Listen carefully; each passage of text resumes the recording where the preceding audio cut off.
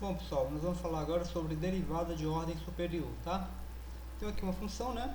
F de x, a gente quer calcular a derivada dessa função. E não só a derivada, né? A gente quer calcular a derivada da derivada. E aí a gente vai fazendo a derivada da derivada, certo? A gente vai derivando sucessivamente várias vezes a mesma função.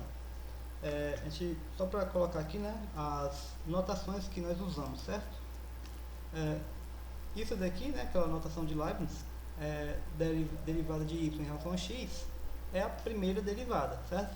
Que também a gente pode usar assim, f, a gente coloca um 1 aqui, tá? f1 aqui de x. Isso aqui é a derivada primeira. Quando a gente escreve assim, d2y dx2, isso aqui é a derivada segunda, ou seja, é f duas linhas, tá? Que é isso daqui, né? É só a notação, tá? O que é isso aqui? Isso aqui na prática, né, exatamente o que significa? É a derivada da derivada. Tá? Tem uma f duas linhas, é o que? É a derivada, tá, ó, a derivada da derivada primeira. Tá? Se a gente usar nessa notação aqui, a d2y dx2 é a derivada de dy dx, ou seja, é a derivada da derivada. Tá? E f três linhas, por exemplo, seria a derivada da derivada segunda.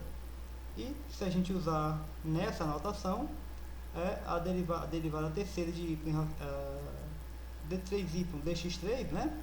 É a derivada da derivada segunda.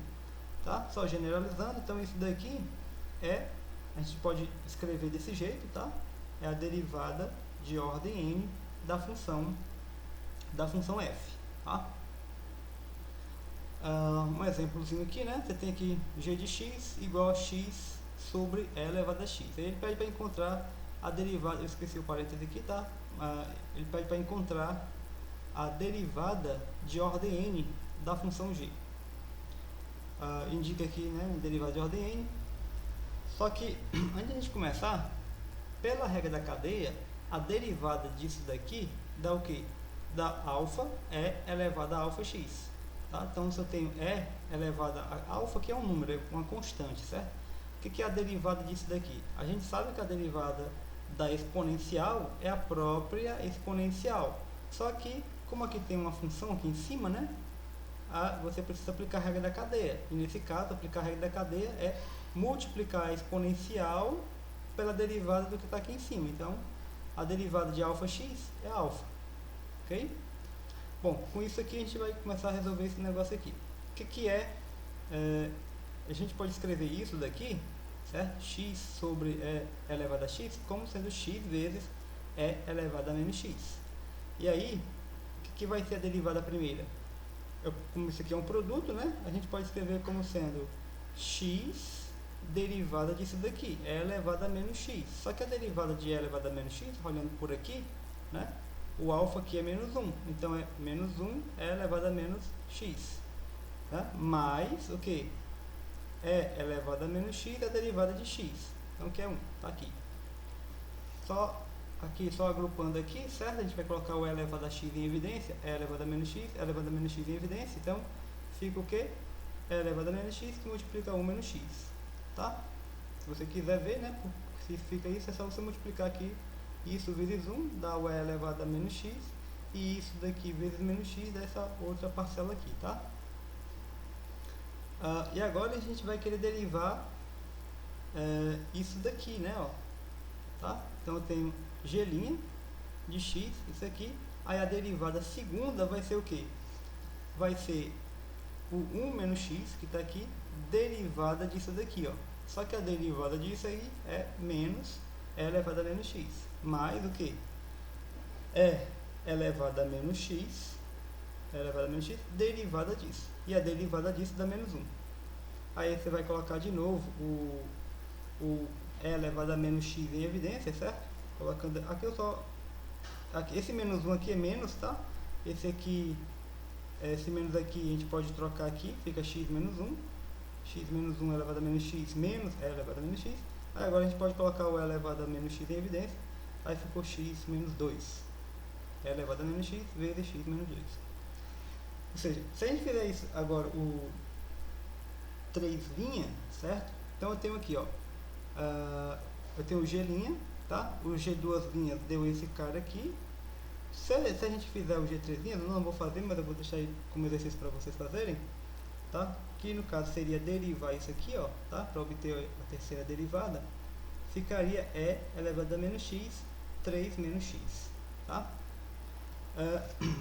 Então o que a gente obteve? G1 ficou isso, o G2 ficou isso e o G3 ficou isso. Por que a gente está fazendo isso daqui? É para poder encontrar um padrão de comportamento para as derivadas, certo? Então quando a gente encontrar um padrão, a gente descreve a fórmula, né, da derivada de ordem n. Então aqui eu tenho a derivada primeira, que deu isso aqui, você repara que é 1 menos x. Todas vão ter, a primeira coisa que você observa é que todas as derivadas vão aparecer o e elevado a menos x, né, ó. E aparece o que? Vai aparecer um fator desse daqui, ó, 1 menos x, x menos 2, 3 menos x, vai alternar, né?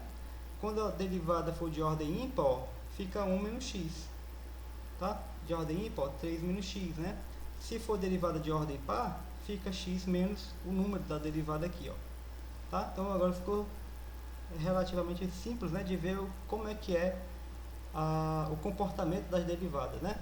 Então g, ou seja, se esse número que está aqui, ó, for ímpar, certo? Se for ímpar, é o número menos x. Se for par, é x menos o número que está aqui, ó, a ordem da derivada. Tá? Então, G2n, quando eu descrevo G2n, eu estou dizendo que a ordem da derivada é par. Então, é o que? É elevado a menos x, x menos o número que aparece aqui. E G ordem 2n mais 1, ou seja, se a ordem for ímpar, né, é o que? É o número que aparece aqui, ou seja, a ordem da derivada menos x. Tá ok? Tem um exemplo aqui, que é a função f seno de x, e aí ele pede para encontrar a derivada de ordem k dessa função, ok? E a gente vai fazer a mesma coisa, a gente vai calcular algumas derivadas para poder ver um padrão de comportamento para isso. Então, a derivada primeira, né, ou seja, a derivada do seno é cosseno. A derivada segunda, que é a derivada do cosseno, é menos seno. A derivada terceira, que é a derivada disso daqui, a derivada do seno é cosseno, então ficou menos cosseno.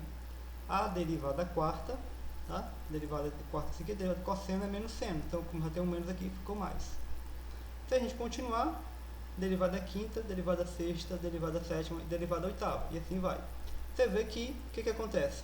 Todas têm a mesma, vai acontecer essa repetição aqui, né, da derivada, certo? Ou seja, a derivada, qualquer derivada que você calcule aqui, as únicas coisas que você vai obter, né, as únicas funções que vão ser obtidas como resultado da derivada disso daqui, ou é cosseno, ou é menos seno, ou é menos cosseno, ou é seno.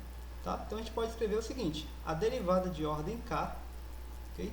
A derivada aqui de ordem k da nossa função, seno de x, vai ser o que? Cosseno de x. Mas vai ser cosseno de x quando? Veja, que aqui eu tenho 1, aqui eu tenho 5, o próximo seria o 9. Tá? Ou seja, qualquer número que aparece aqui, ó, qualquer ordem da derivada, né, que aparece aqui, nessa primeira linha, é o que? É um múltiplo de 4 mais 1. O 1 é um múltiplo de 4 mais 1. O 5 é um múltiplo de 4 mais 1. O 9, que é a próxima aqui, seria um múltiplo de 4 mais 1. E assim sucessivamente. Então, o que acontece? Quando é que vai dar cosseno? Quando é que você deriva o seno e vai dar cosseno? Quando a ordem da derivada, né? Ou seja, a ordem da derivada for um múltiplo de 4 mais 1. E quando é que vai dar menos seno? Aí, de novo, aqui eu tenho 2, 6, o próximo seria o quê? 10, né? Ou seja, a ordem da derivada aqui, ó, nessa linha aqui, todas essas ordens da derivada que aparecem aqui nessa linha, são o quê? São um múltiplo de 4 mais 2. Então, aqui vai dar menos seno de x se o k for um múltiplo de 4 mais 2. E aqui, e aí você já segue, já vê, né, o que está acontecendo. Aqui vai ser um múltiplo de 4 mais 3, né? Vai dar menos cosseno de x se a ordem da derivada for um múltiplo de 4 mais 3. E vai dar seno de x quando? Quando for um múltiplo de 4. Tá? Então isso daqui é a fórmula para calcular